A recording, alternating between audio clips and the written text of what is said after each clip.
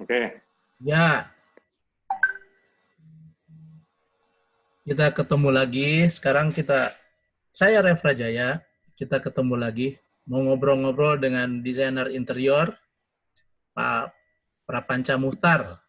Beliau di Q-Space. Nah, kita sapa dulu. Apa kabar? Kabar baik, Red. Mudah-mudahan semua juga baik. Amin. Alhamdulillah. Ya, dalam situasi begini kita berdoa aja ya. Jaga diri masing-masing, Amin. Mudah-mudahan terbaik keluarga. buat kita semuanya. Ya, gimana kerja di rumah nih? Tetap jalan ya proyeknya. Sekarang udah berapa lama ya? Udah hampir 2 minggu ya kerja di rumah. 2 minggu lebih. 2 minggu lebih. 2 minggu lebih ya Iya, kerja di rumah. 16 Jadi hari. kantor juga ditutup, semua kerja di rumah. Terus tapi seru juga, surprise juga. Tadinya kita agak ragu-ragu gitu, kerja di rumah ini bisa produktif apa enggak gitu. Tapi setelah berjalan ternyata kalau saya sendiri merasa lebih produktif ya. Karena lebih banyak waktu gitu. Waktunya lebih banyak dan nggak terlalu banyak waktu kebuang di jalan lah atau yang lain-lain gitu. Malah jam 7 pagi udah bisa di depan laptop, buka laptop. Jadi nggak ada Jadi alasan. sebenarnya Jadi nggak ada alasan, nggak ada waktu ya. Soalnya pasti di rumah. jadi sebenarnya ya mungkin kalau ini lebih lama ya mungkin bisa merubah pola bekerja kita nih. Karena ternyata bisa nih kerja di rumah, udah gitu meeting juga dengan video call semacam ini juga kelihatannya lebih praktis ya, lebih hemat juga gitu. Jadi ya selama ini enjoy aja lah. Sip, alhamdulillah. Project apa yang lagi berjalan nih? Proyek ya ada beberapa lah, saya nggak nyebutin proyeknya apa. Tapi alhamdulillah sampai sekarang masih jalan beberapa proyek dan banyak proposal juga. Proposal. Jadi sekarang malah lagi sibuk proposal. Ya. Jadi kebanyakan ini Pak Prapanca itu tolong dikoreksi, lebih banyak ke office ya?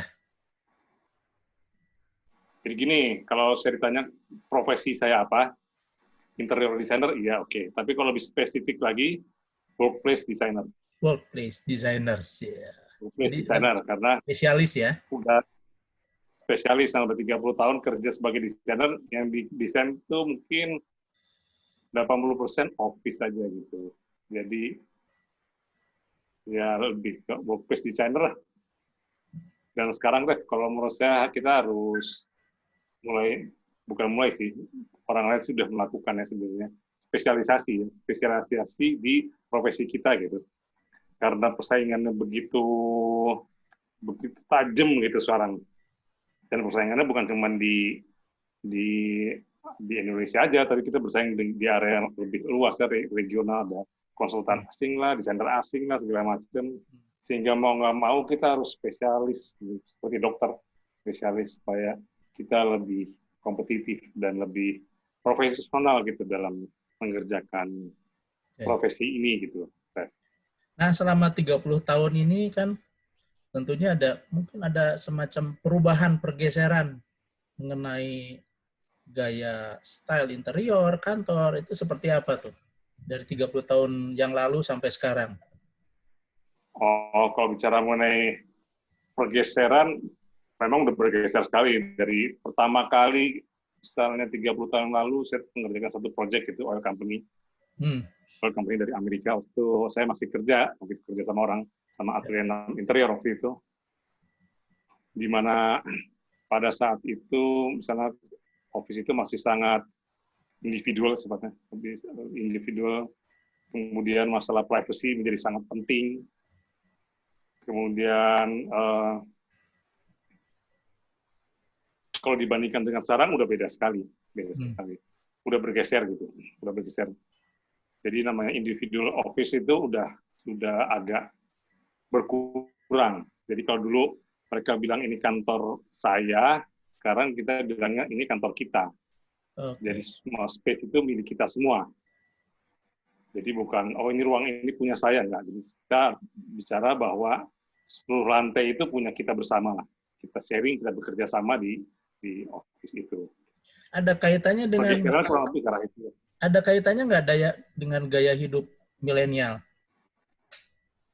Sebenarnya menurut saya bukan karena gaya hidup milenial sih, karena memang tuntutannya berbeda gitu. Tuntutan zamannya berbeda karena gini, mungkin dulu 10 tahun yang lalu atau 20 tahun yang lalu space di area CBD ya, di area kota, di tengah kota CBD, nggak semahal sekarang gitu. Sekarang itu space di tengah kota, apalagi di kota-kota besar seperti Jakarta lah, atau Singapura, Kuala Lumpur, itu udah sangat mahal.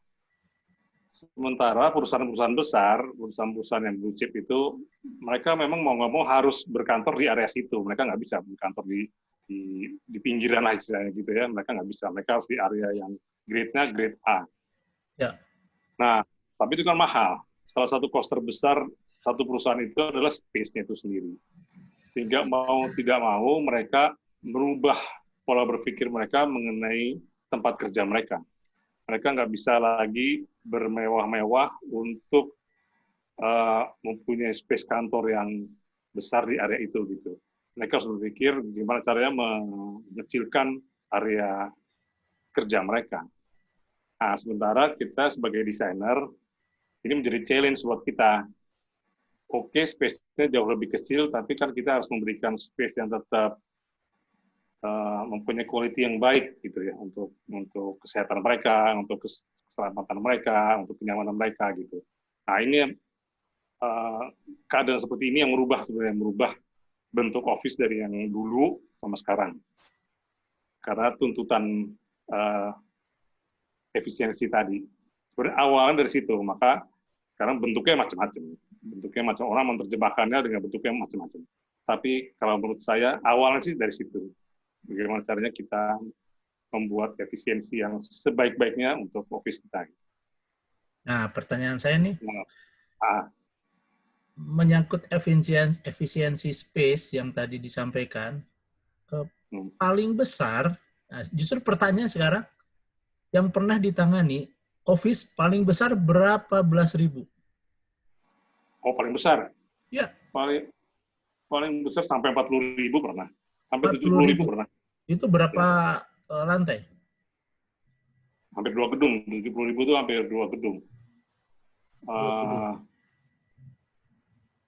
Lantainya berapa lantai itu ya? Nggak ingat berapa lantai. Tapi sampai segitu pernah.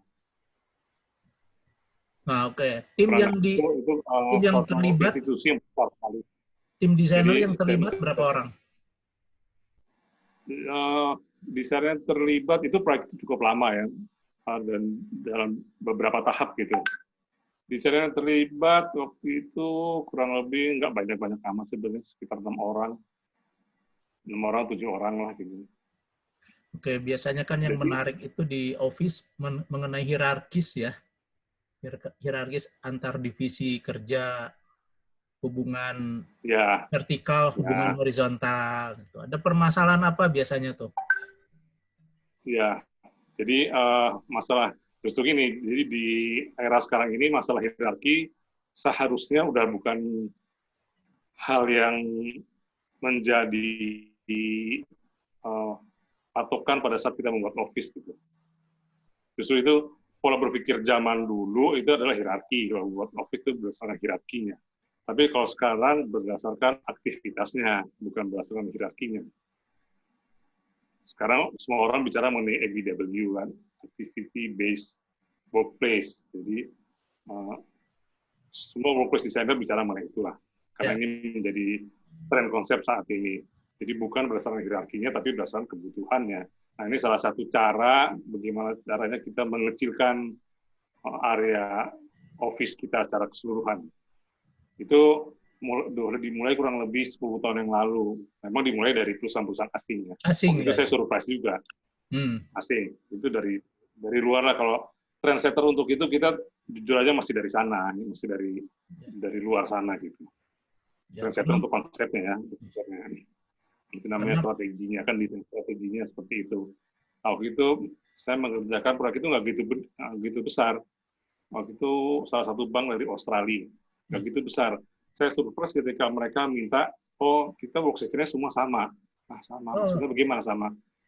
Ya antara orang yang jabatannya paling tinggi sampai yang paling kita duduk di workstation-nya sama. Oh, waktu itu saya surprise sekali, oh ya seperti itu. Gitu. Ya, cukup dengan itu gitu.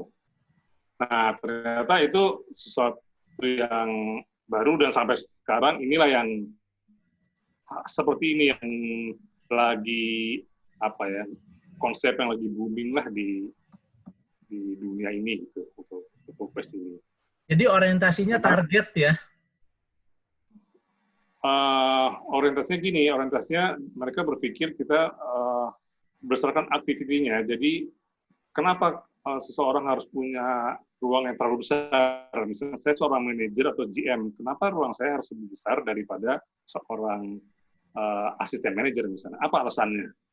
Atau apa yang kita kerjakan sama? Kita duduk, kita bekerja di depan komputer, kita punya hanya cukup satu meja, satu kursi, dua kursi hadap kan misalnya gitu ya, tempat file sedikit, sama kebutuhannya gitu. Jadi kebutuhan kita sama, lalu kenapa mesti ruangnya dibedain? Mentang-mentang saya lebih tinggi jabatannya, terus ruangannya dibesarkan, nah itu untuk pemikiran orang barat ya gitu, itu nggak masuk di akal. Zaman modern gitu ya. Kenapa mesti gitu? Yang penting kita punya tempat kerja yang baik, kursinya yang baik, yang ergonominya baik, mejanya yang baik, yang ergonomi juga. Kebutuhannya apa? Meja aja, atau tempat file sedikit, udah itu aja, ya udah itu aja. Nggak perlu lebih-lebihkan gitu. Kalau perlu ada, saya perlu ada meja meeting. Oke, kalau perlu ruang meeting kecil, bikinlah ruang meeting kecil, tapi sifatnya sharing. Semua orang bisa pakai. Kalau kamu tidak pakai meja meeting itu setiap hari atau setiap jam kan gitu. Nah, jadi sifatnya seperti itu. Banyak space-space yang tadinya milik pribadi gitu. Misalnya tempat meeting, meja meeting kecil lah di ruangnya gitu ya. Atau satu set sofa, lounge kalau mau terima tamu gitu. Itu menjadi area-area yang sifatnya sharing. Ada ruangan-ruangan kecil, semua orang bisa pakai itu. Nggak mesti dia, tapi semua orang. Karena kalau di research memang kejadiannya begitu. Seringkali orang-orang yang jabatannya tinggi, ruangannya besar, tapi jarang dipakai tuh, karena dia sering keluar, sering meeting di luar lah, sering ketemu orang di luar. Nah, kenapa? Bukan kenapa, tapi itu sebenarnya area-area di mana kita bisa melakukan efisiensi. Ya, saya kira jadi, konsep ini menarik nih, Cak. Karena saya kira di yang beberapa bank yang pernah saya tangani belum ke sana sih, masih hierarkis. Masih hierarki. Ya. Karena ada ya itu, dia terikat ke masalah standarisasi kan, ada standarisasi kalau level ini ruangannya sekian. Itu mulainya dari pemerintah juga, ada leveling luasan ruang berdasarkan hierarkis jabatan, bukan dari aktivitas. Ya. Menarik. Memang untuk pemerintah memang masih, karena saya juga pengalaman di pemerintah, di swasta nasional, di multinasional company gitu ya. Memang kalau di pemerintahan memang masih agak susah, tapi ini yang sedikit demi sedikit konsep ini diperkenalkan ke mereka gitu. Sedikit demi sedikit. Mereka juga sedikit demi sedikit mulai sadar kok gitu. Mulai sadar. Karena mereka juga, mungkin Reva juga punya pengalaman ya. Selalu mereka terbentur akhirnya space-nya kurang lagi gitu kan. Tiap kali kurang gitu. Sehingga konsep ini sedikit demi sedikit kami perkenalkan ke mereka. Mereka juga sedikit-sedikit bisa berubah, tapi hanya berubah sedikit-sedikit ya, nggak bisa. Saya kira bagus nih, saya sosialisasikan. Ini satu hal yang saya kira bagus ke depannya ya. Karena ya nggak zamannya lagi ya, kita udah zaman efisiensi seperti ini. Jadi yang saya tahu kan workplace area kerja itu sangat tergantung sekali produktivitas yang dihasilkan seperti apa. Kalau seseorang tempat kerjanya yang tidak nyaman, ya produktivitasnya otomatis akan berkurang. Padahal satu company kan salah satunya adalah meningkatkan produktivitas itu ya. Nah, kaitannya dengan green design itu sejauh mana tuntutan dari owner? Apa kalau jadi Green kebutuhan design, gitu? sebenarnya ya memang waktu beberapa tahun lalu green design sangat ini ya, sangat menjadi tren banget gitu istilahnya. Ya, Orang menutup itu. Sebenarnya sekarang juga begitu, tapi saya melihat kecenderungannya nggak terlalu gitu ya. Hanya beberapa company aja saya melihat mereka harus certified gitu, office itu. Tapi mungkin hanya sekitar 30% aja dari klien-klien kami yang meminta office-nya certified untuk masalah green ini. Gitu. lebih ke tuntutan bisnis ya kali ya. Kadang-kadang gini, kalau udah menjadi policy dari head office-nya di sana, ya mereka mau nggak mau ya. Oke. Mereka mau nggak mau. Tapi kalau enggak, mereka sepertinya enggak terlalu. Ya. Ya. Ya sebetulnya green design paling kerasa tuh teknologi LED ya, lighting. Oh iya, ya. Ya jadi tuntutan walaupun orientasinya bukan green design tapi kan lebih ke masalah efisiensi saving energi. Walaupun memang Oh iya, belinya ya. ya, Masalah itu sih ada. awalnya kan tinggi, tapi dia lifetime-nya Ya, lebih. betul. Paling tuntutannya ke arah sana Ya, ya, ya ekonomi. mengenai Ekonomi. apa namanya energi saving sih udah pasti. Hmm. Pasti sekarang semua tuntutannya seperti itu. Tapi nggak sampai mereka menuntut wah harus certified gitu. Karena masalahnya gini juga, kalau kita mengerjakan office itu waktunya kan nggak banyak, nggak panjang. Iya, iya, iya. Mereka udah sangat sibuk gitu ya. Dan juga mereka masuk ke gedung sewa kan, di mana Ya, gedung sewa itu kadang memang sudah green, ada gedung itu kadang-kadang ya, juga enggak.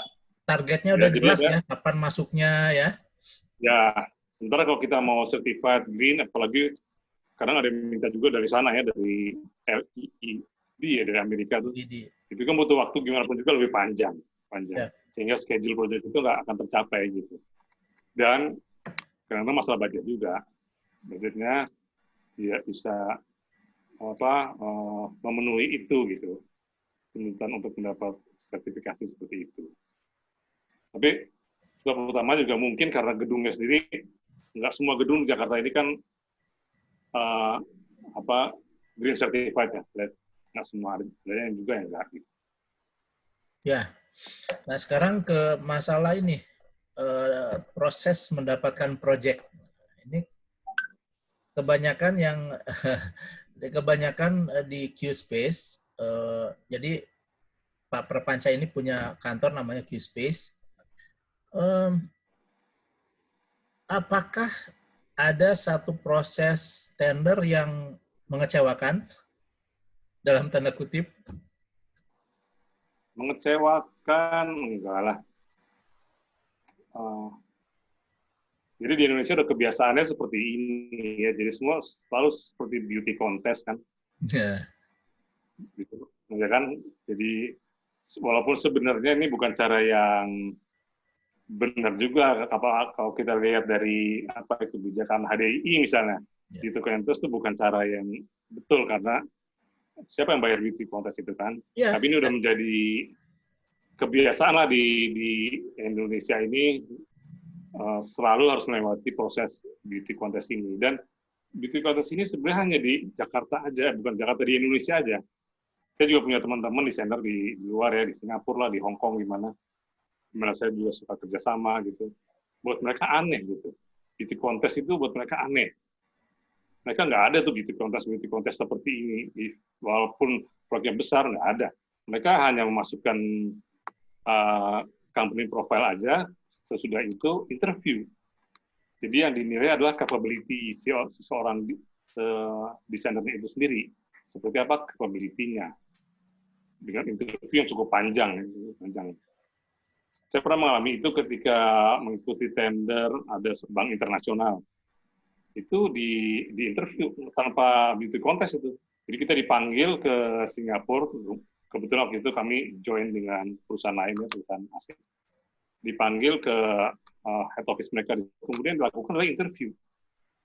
Kita mempresentasikan company profile kami, kemudian kami interview dari desainernya, di interview segala macam.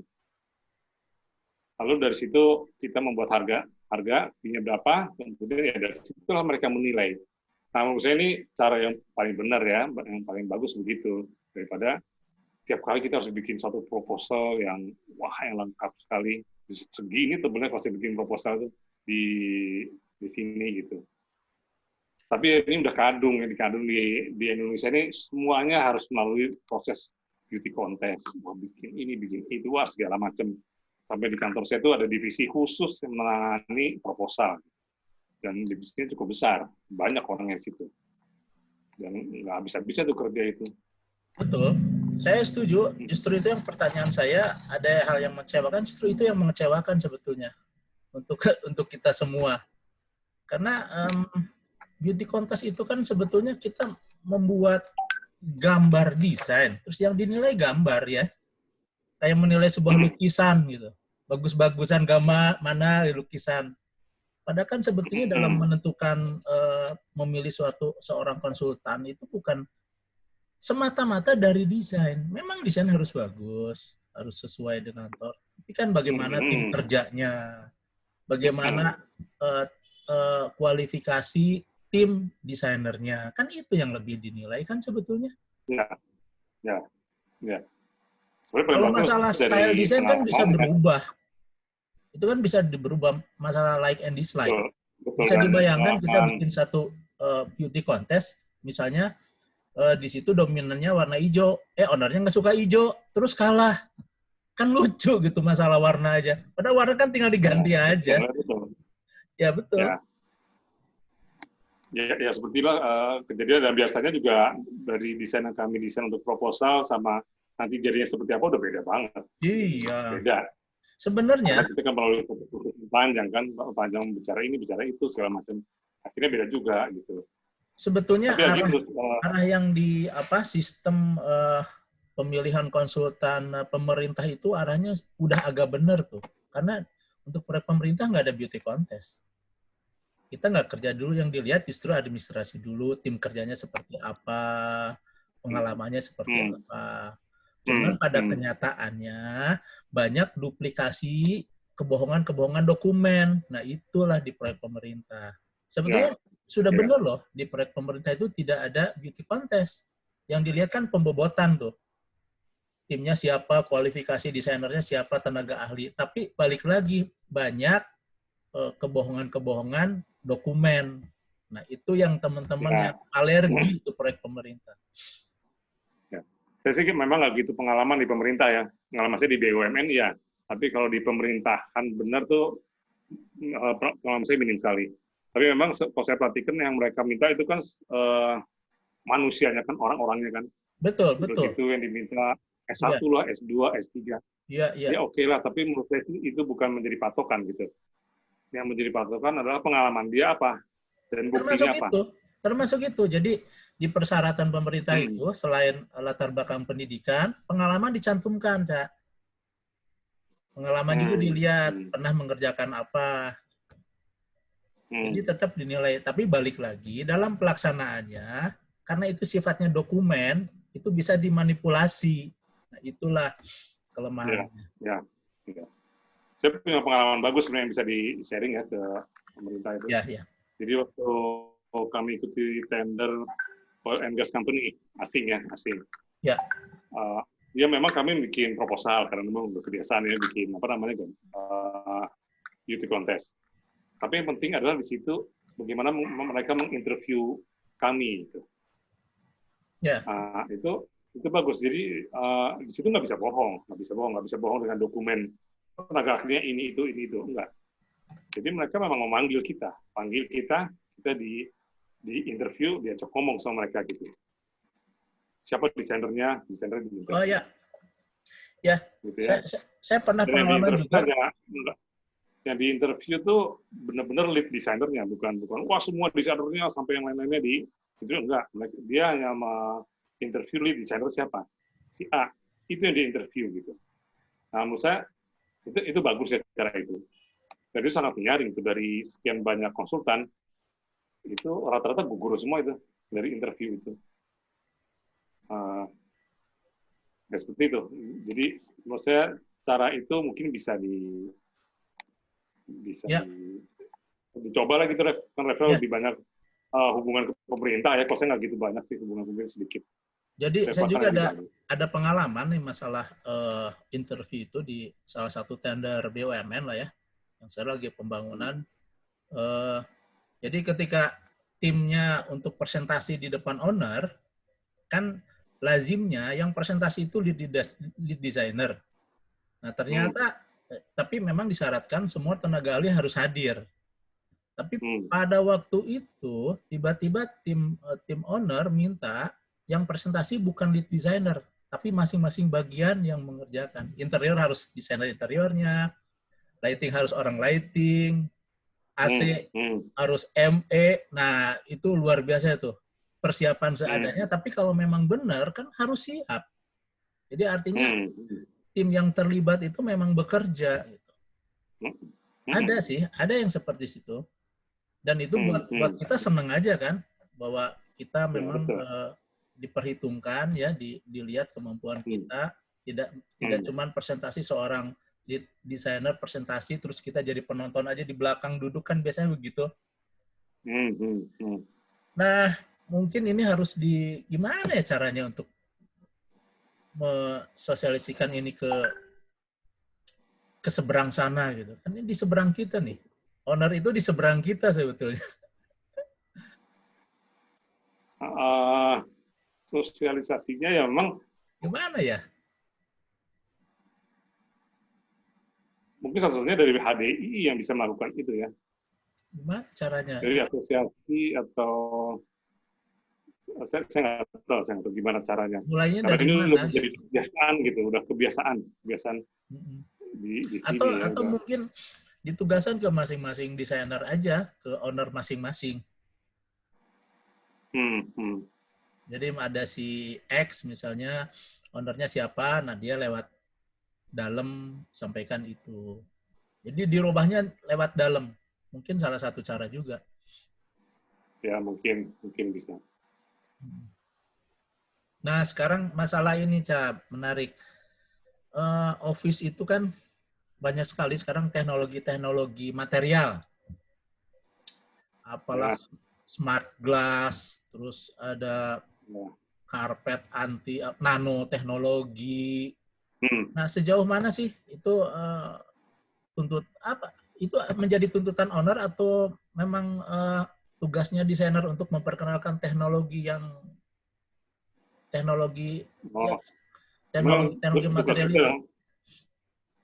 Tugas kita sebagai desainer kan memperkenalkan itu ke klien, kalau memang itu menjadi kebutuhan si klien. Tapi ujung-ujungnya kan kalau proyek itu akhirnya kita bicara budget kan, budget. Jadi pada awal selalu kita udah lihat, oh ini proyek ini kira-kira budgetnya sekitar berapa, kan kita harus tahu ya, Nah dari situ ya baru kita kira-kira pantas nggak ini ditawarkan ke klien gitu. Tapi kalau memang klien itu memang punya budgetnya, ya kita harus sebagai konsultan ya harus memperkenalkan ke mereka. Kalau memang teknologi itu akan memberi manfaat yang baik untuk mereka, tapi jangan terlalu mengada-ada juga ya. Kalau nggak diperlukan ya nggak usah. Tapi seringkali juga tuntutan itu datang dari mereka, karena mereka kan sering jalan-jalan, browsing, bahkan nanya, ya. Malah kadang-kadang kita harus, wah ternyata mereka lebih tahu nih, karena sering browsing, tiba-tiba mereka jalan ke pameran mana, sering jalan ke luar negeri. Banyak juga yang nuntut, Pak pengen kayak gini, ada nggak di Indonesia, ya kan? Nah, jadi saya punya pengalaman yang cukup menarik juga. Pengalamannya gini, itu tuh kira-kira berapa tahun lalu, mungkin 10 tahun yang lalu atau lebih kali, 12 tahun yang lalu. Jadi satu project waktu itu adalah company juga, oil and gas company. Waktu itu saya memperkenalkan wall system. Wall system atau demountable wall. Itu sebenarnya teknologi yang kalau di sananya ini sudah lama, sudah biasa, tapi di Indonesia sama sekali nggak populer. Kenapa gitu? Karena mahal dan harus import. Tapi saya melihat banyak positifnya dari wall system itu. Waktu itu yang kami pakai adalah demountable wall. Jadi partisi yang bisa dipakai lagi gitu ya, bisa digeser, bisa dirubah. Yes. Yeah. Kalau mau demolish kita bisa pakai lagi. Dan dia mempunyai nilai akustis yang cukup tinggi, baik. Jadi performance-nya bagus sebagai satu partisi dibandingkan dengan partisi yang biasa kita bikin lah, dengan partisi gypsum biasa gitu. Performance-nya jauh lebih baik. Kalau gitu di Jakarta, di Indonesia sama sekali nggak populer itu. Belum ada yang supply itu, belum ada. Tapi saya tahu itu udah lama. Yeah. Karena di luar sana udah cukup populer. Nah, begitu saya memaksakan diri untuk mau pakai itu. Gitu. Maksakan diri untuk pakai itu, saya perkenalkan ke klien. Dan saya minta ada salah satu supplier untuk menjajaki, mensuplai. Nah, ternyata setelah diperkenalkan ke klien, si kliennya tertarik dengan itu. Dia mau dan akhirnya bisa diadakan dan dipakai si wall system itu, partition system. Aluminium frame gitu, aluminium dan glass system itu. Nah, sesudah proyek itu menjadi populer sekarang di perkantoran di sini. Jadi sebelumnya nggak ada yang pakai itu, jarang sekali, malah nggak ada yang saya bilang. Setelah proyek itu, sekarang udah banyak yang supply itu, banyak yang pakai produk seperti itu, wall system seperti itu, dan menjadi biasa gitu, menjadi biasa. Pakai itu. Nah, jadi memang tugas kita untuk memperkenalkan ke klien hal-hal yang baru gitu. Kalau memang itu baik ya, maksudnya membuat manfaat untuk si klien. Buat analisa kita, oh ini bagus nih untuk dipakai di klien, dipakai di proyek, ini sesuatu yang baik untuk diperkenalkan, ya kita perkenalkan aja. Dan kita harus sedikit memaksakan ya. Jangan kita perkenalkan, proyek, mahal, oh yaudah, kalau gitu enggak, jangan. Kita harus ada kenceng gitu memperkenalkan ke mereka karena kita tahu bahwa ini baik. Ini sesuatu yang sangat bermanfaat untuk dia gitu. Ya, saya jadi ingat ada satu pengalaman juga tuh, saya memperkenalkan satu teknologi baru dan owner setuju walaupun memang biayanya mungkin 10 kali lipat kali ya. Ini tuh Cak, engsel yang ada door closer-nya. Oh ya. Nah, itu saya pakai tuh di satu project karena memang dengan engsel itu kan nggak usah ada beli lagi door closer. Kalau door closer kan bisa mengganggu juga, di situ ada architrave ya, dari penampilan terus pemasangan. Itu kan cukup satu di dalam. Dan kebetulan owner mau ngerti gitu bahwa ini bisa efisiensi. Walaupun memang dari fungsi itu ya, walaupun dari segi biaya memang jadi tinggi, tapi diterima juga. Ya memang itu tugas kita. Kalau nggak nanti interior di sini nggak maju-maju dong, gitu-gitu aja kan. Material yang dipakai itu aja. Jadi memang ya kita harus mau memperkenalkan hal-hal yang baru. Dan mereka cukup exciting kok sebenarnya kalau diperkenalkan dengan hal-hal yang baru gitu. Iya. Dan sekarang itu merek-merek kursi, wallpaper itu banyak yang baru-baru ya. Istilahnya tuh kalau komputer tuh jangkrik. Jadi dirakit, di assembly di Indonesia ya, mereknya baru. Assembly lagi, mereknya baru. Sampai wallpaper itu ingat nggak? Wallpaper itu ingat nggak? Dari dulu mereknya beda-beda, pas dibuka isinya sama semua. Ya kan?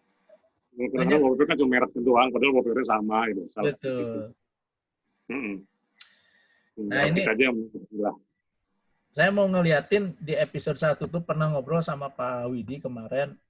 Saya pernah merenovasi satu ruang auditorium. Saya bilang ini karya teman saya. Nggak tahu waktu KP atau apa di AT6 waktu itu. Auditorium Mandiri itu. Jadinya kayak gini nih, Cak.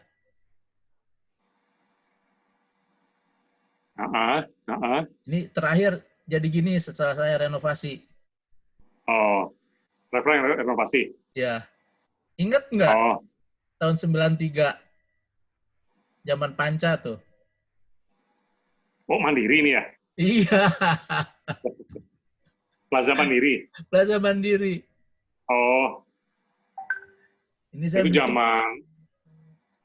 Ya, tahu. Ingat. Itu saya bikin... Dulu screen-nya 6x10 LED itu. Oh ya. Ya ini LED screen ini. Jadi kalau orang berdiri itu sepertiganya di situ. Jadi presentasi kayak di depan bioskop. Ya. Ya. Itu gimana dulu? Ini menarik juga, Cak. Itu di Plaza Mandiri bukan? Plaza Mandiri. Plaza Mandiri. Oh, itu di proyek waktu dulu saya di Atelier 6 dan saya juga masih baru mulai kerja kalau nggak salah itu. Ya, 93. 93 ya, iya. 93 saya belum lulus, Cak. Ya. Nah, ya betul. Itu pakai dinding wall, dinding geser tuh. Ininya dinding geser. Betul. Sebetulnya di dalamnya kan hanya memuat 500. Nah, dindingnya pengen dibuka, jadi pas dibuka semua, itu jadi 700. Oh. Jadi beda ya di zaman dulu. Dari material juga beda. Kalau dulu, zamannya saya baru mulai kerja itu ya tahun 90-an gitu. Ya. Material apa-apa kayu. Yang dipakai kayu. Apa-apa kayu. Kayaknya gampang banget gimana pakai kayu gitu. Sekarang terus terang aja kayaknya dosa gitu saya dulu. Kayaknya hutan kayu habis gara-gara desainer. Karena kayu menjadi satu hal yang sangat luxurious gitu kan. Kita nggak bisa lagi seenaknya pakai kayu sebanyak itu karena harganya mahal dan kayaknya nggak pantas gitu pakai kayu terlalu banyak gitu ya. Tapi kalau dulu, waduh, proyek aja sebagai kayu banyak apa nggak tahu. Di mana-mana kayu itu masuk parket, parket kayu. Parket lah, dindingnya kayu semua. Solid lagi ya. Solid gede-gede. Parketnya gitu. Solid. Ya. Itu kan salah satu beda di zamannya ya. Dulu kita tenang-tenang aja pakai itu gitu. Sekarang kayaknya agak berdosa gitu kalau kita pakai kayu seperti itu gitu. Ya memang waktu berubah ya. Ya kebetulan kita ngerasain zaman dulu gitu sama zaman now, jadi ngerasa perbedaannya ya. Dari dulu cara mendapatkan proyek berbeda dengan sekarang. Gimana memperlakukan material dulu kita sama mungkin material beda. Seperti apa. Gimana tuntutan owner terhadap hierarkis tadi dengan sekarang sesuai dengan aktivitas. Seru. Nah, ada pesan-pesan terakhir. Oh, pesan terakhir, bukan pesan terakhir itu. Apa lah? Pesan terakhir. Bukan ngasih apa ya? Pesan. Alhamdulillah sampai sekarang saya sehat aja. Sehat, amin. Supaya kita terus berkarya ya. Insya Allah. Amin. Nah, ini Pak Prapanca ini tadi udah disampaikan, beliau menyatakan dirinya spesialis workspace designer. Jadi banyak sekali pengalaman beliau, 30 tahun ya mengerjakan workplace. Ya bersama Refla kan? Ya tapi saya pemakan segala. Tahun lah. Iya, saya pemakan segala, nggak cuma office. Oh iya. Rumah sakit, museum, rumah tinggal. Oh iya. Dilahap aja, apa aja gitu. Nggak menguruskan diri di satu. Ini juga kebetulan karena waktu di Athena kan dapatnya kerjanya office terus, jadi udah keterusan sekarang. Tapi ternyata itu yang membawa bahagia ya, karena itu yang membuat cepat kaya. Enggak juga. Ya kan office dia ada batas waktunya karena menyangkut masalah space, sewa segala macam. Dan kemungkinan kalau sudah SPK itu nggak mungkin bergeser waktu dan nggak mungkin kecil kemungkinan dibatalkan. Ya, enaknya seperti itu. Jadi schedule-nya lebih pasti gitu kalau pasti kalau office tuh. Harus segera pindah bulan sekian, kalau enggak kan sewa di mana nambah. Jadi perhitungan waktunya tuh lebih enak, lebih pasti gitu. Betul. Pasti ya. Itu saya kira langkah yang tepat juga. Terima kasih nih Kang Panca, Prapanca Muhtar, udah ngobrol-ngobrol lagi. Saya kedepannya pengen ngobrol-ngobrol lagi ke depan ya, kalau ada waktu lagi kita undang. dengan materi ya mungkin sama atau pengalamannya kan banyak proyek nih baru beberapa proyek yang disampaikan dari 30 tahun kan pasti lebih dari 100 proyek tuh. Mungkin ntar baru kepikir oh mau ngomong lumayan apa, lah. kita Kalau nggak makan. undang lagi. Terima kasih Pak Oke, Ref. Panca Muhtar, saya Refra Jaya. Terima kasih udah Saya dapat ngobrol-ngobrol. belajar dari. Mudah-mudahan blognya makin sukses. Amin, amin, amin. Terima kasih, saya banyak belajar dari obrolan ini. Semoga berguna buat teman-teman semua. Sekian, terima kasih. Saya tutup. Assalamualaikum warahmatullahi wabarakatuh. Waalaikumsalam warahmatullahi wabarakatuh.